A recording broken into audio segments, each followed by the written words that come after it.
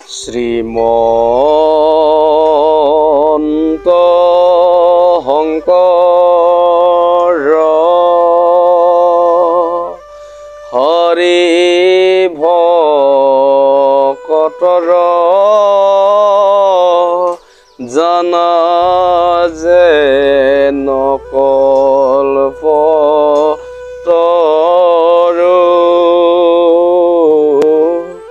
তাহন্ত বিনয় নাই নাই নাই আমাৰ পৰম গুৰু এৰাম আমাৰ পৰম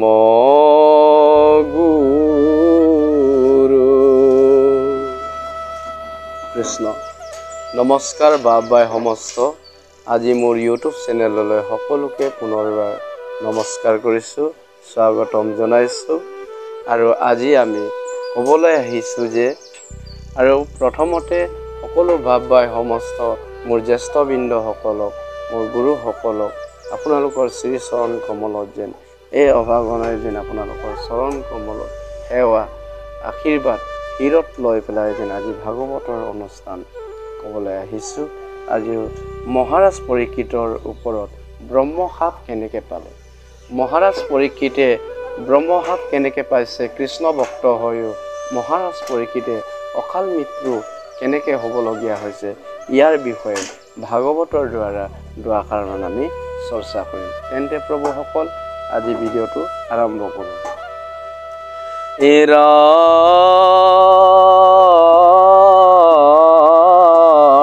ৰাম ৰাম নিগদতি হুত শুনা শৌনক সম্প্ৰতি যেন মহাসাপ ভৈল নিপতিক প্ৰতি সেইমতে আশা পৰীক্ষিত নিপবৰ মহাপৰিষদে যেন দুটি পুৰন্দৰ বৃত্ত যেন খাতে পৃথিৱীৰ যত ৰাজা পুত্ৰটো অধিক কৰি পালিলন্ত প্ৰজা। হে প্ৰভুসকল, ইয়াত কৈছে শৌনকাদি মুনিসকলে জানিবলৈ মন গ'ল মহামানী হুতৰ পৰা যে মহাৰাজ পৰীক্ষিতে অকাল মৃত্যু কিয় কৰিবলগীয়া হ'ল আৰু কিয় ব্ৰহ্মশাপ পালে। তেতিয়া মহামানী হুতদেৱে কৈছে যে তেওঁ ইন্দ্ৰৰ দৰে তেওঁৰ যশস্যা ৰজা আছিলে আৰু জম্বুদ্বীপ মানে পৃথিৱীৰ অসাগৰা পৃথিৱীৰ একমাত্ৰ সামৰ্থৱান ৰজা পৰীক্ষিত আছিলে আৰু সকলো প্ৰজাকে তেওঁ বৃত্তৰ দৰে পালন কৰি আছিলে আৰু সকলো প্ৰজাসকলক পুত্ৰৰ দৰে পুত্ৰৱৰৰ দৰে মৰম কৰি পালন কৰি আছিলে। তেওঁ হকাগৰা পৃথিৱীৰ এজন বাপ তেওঁ সামৰ্থৱান ৰজা আছিলে বুলি কৈছে। ৰাম ভকতৰ সংগে ৰংগে জম্বুদ্বীপ পতে লগাইলা লোকত মহাহৰ হৰিত ভকতি নিগ্ৰহিলা কলি ভৈল হৈতৰ ব্যৱস্থা জগত ব্যাপিল নিপতিৰে যশ কথা। তেওঁ ভকতৰ সং আছিলে, য'ত হৰি ভকত আছে তাতে তেওঁ হৰি ভক্তৰ গুণানী কীৰ্তন শুনি আছিলে কৃষ্ণৰ যজ্ঞ কীৰ্তন যোনখিনি স্থানত গায় তাতে তেওঁ খন্তেক সময় ৰখিছিলে আৰু তেওঁলোকক হাৰ মুকুতা সকলো উপহাৰ হিচাপে প্ৰদান কৰিছিলে আৰু কলিক নিধন কৰি অসত্যক নিধন কৰি সত্যক জোৰাইছিলে বুলি মহামুনি সুতদেৱে মহাৰাজ পৰীক্ষিতৰ গুণৰ জকৈছা ইয়াত কৈছে। আমি সৌনক আদি ঋষি মুনিৰ সকলে নিচিনাকৈ আমি সকলোৱে এই ভাগৱতৰ অমৃতময় কথাবোৰ পান কৰিব লাগে আৰু এইখনক যদি আমি পান কৰিলে তেতিয়া আমাৰ জীৱন ধন্য হয় আৰু মন পবিত্ৰ হয় বুলি ভাগৱতই কৈছে। কৃষ্ণ পতে প্ৰৱেশী ভকতৰ হিয়াত হৰি ধুৰ্বাকনা হৰে সমস্তয় জলৰ যতেক মল যেন হৰত কালে স্বভাৱতে নিৰ্মল কৰয়। অৰ্থাৎ এই কৰ্ণপথেদি প্ৰৱেশী ইয়াত যদি আমি থ'ব পাৰোঁ তেতিয়াহ'লে এই ভগৱন্তৰ কথা শুনি কৰ্ণপথেৰে আমি শুনি পেলাই ইয়াত যদি থ'ব পাৰোঁ এই কথাই হৈছে নামে হৈছে প্ৰভু ভগৱন্ত বিৰাজমান। সেইকাৰণে অকল প্ৰভু ভগৱন্ত সকলো ব্ৰহ্মা আদি দেৱতাসকলে আৰু ভক্তসকলে সকলো ইয়াত বিৰাজমান হয় হৃদয়ত যদি এবাৰ প্ৰভু ভগৱন্তৰ কৰ্ণপথেদি শুনি পেলাই আমি ইয়াত যদি বহাব পাৰোঁ তেনেহ'লে ভগৱন্ত আপোনাৰ আত্মাত সম্পূৰ্ণ বিৰাজমান হয় বুলি আপুনি অনুভৱ হৈ যাব। এইবোৰ অনুভৱৰ বিষয় প্ৰভুসকল। কৃষ্ণ হে ৰাম দিনে কধনুক ধৰে সহৈন নিপতে বনক গৈলন্ত মৃগ মাৰি বাক প্ৰতি পলাই মহামৃগ গোট বিজুলি চটকে তাৰ পাছ লাগি জান্ত নিপতি গোটকে পিৰিল ভাগৰে খেদি গৈলা কতো দূৰ ভৈলন্ত নিপতি সুদা তৃষ্ণাত আতুৰ। হে প্ৰভুসকল, মহামানী সুতে কৈছে সৌনক আদি মুনিসকলক যে কেনেকৈ তেওঁ ব্ৰহ্মশাপ পালে যে মহাৰাজ পৰীক্ষিতে এদিন মৃগয়া কৰিবলৈ মন গ'ল। অৰ্থাৎ তেওঁ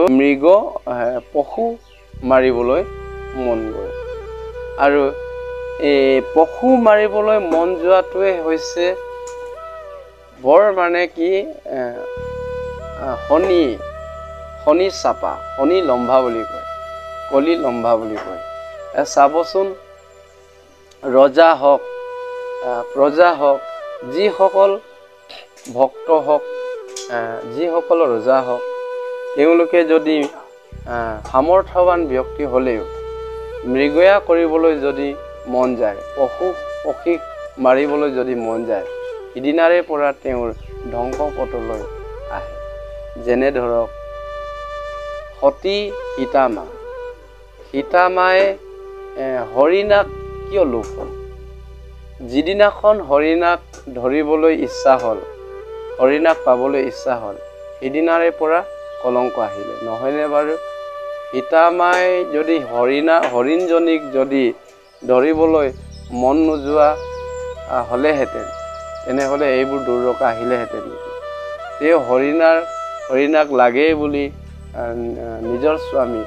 ভগৱান শ্ৰীৰামক অনুৰোধ কৰিছে যে হে স্বামী,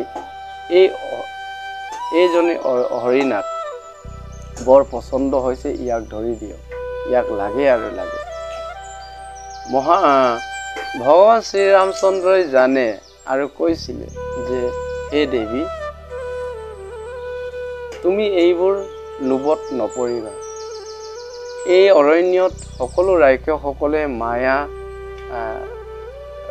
বেগ ধৰি থাকে, তেনেহ'লে ইয়াত মায়া বিভিন্ন ধৰণৰ ৰাক্ষসে চল প্ৰবঞ্চনা কৰি থাকে। ইমান বুজোৱাৰ স্বত্বেও সীতামায়ে হৰিণাজনীক মানে মায়া মোহত পৰি লাগে আৰু লাগে বুলি অনুৰোধ কৰাৰ কাৰণে হৰিণাজনীৰ পিছে পিছে ৰামে খেদি যোৱাৰ পিছত কি দুৰ্দশা হয় প্ৰভু সকলোৱে আপোনালোকে জানে যে ৰামায়ণৰ মহাভাৰতৰ কথা হ'লেও ইয়াতে যে আমি বিচাৰ কৰিব পাৰিছোঁ যে সীতা মায়ে যিদিনাখন হৰিণজনীক অৰ্থাৎ পশু পক্ষীক মোহত পৰিলে সেইদিনাৰ পৰা দুৰ্দশা আৰম্ভ কৰিবলৈ ধৰিলে আৰু যিদিনাখন মহাৰাজ পৰীক্ষিতেও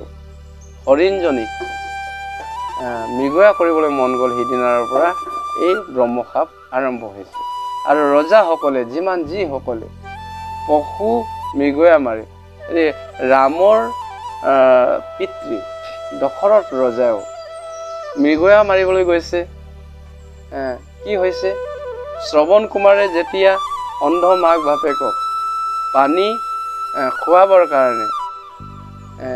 ঘটত পানী তুলি থাকোঁতে এই পানীৰ শব্দ বুৰবুৰণি শব্দটোত হাতীৰ খুৰডালে পানী খাইছে বুলি শব্দবেদী ভান হৈছে কোনো নেঢেকাকে য'ত শব্দ বাজে এই শব্দবেদী ভানে ইয়াক প্ৰৱেশ কৰি নিধন কৰিব